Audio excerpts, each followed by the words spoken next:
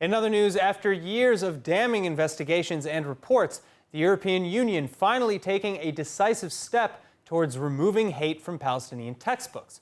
According to researchers, the PA school curriculum has consistently shown a systematic insertion of violence, martyrdom, and jihad across all grades and subjects.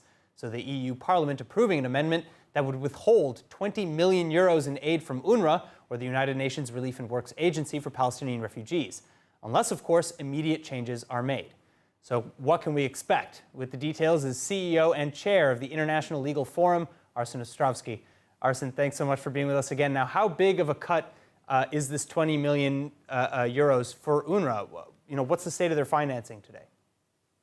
It's a big cut. The EU is the single largest donor to UNRWA to the tune of some $160 million a year.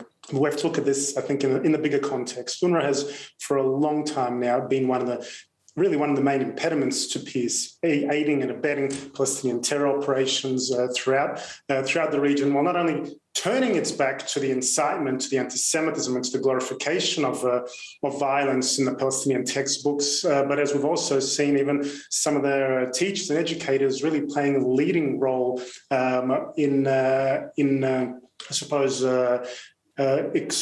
really pushing forward some of these anti-Semitic actions and education and curriculum.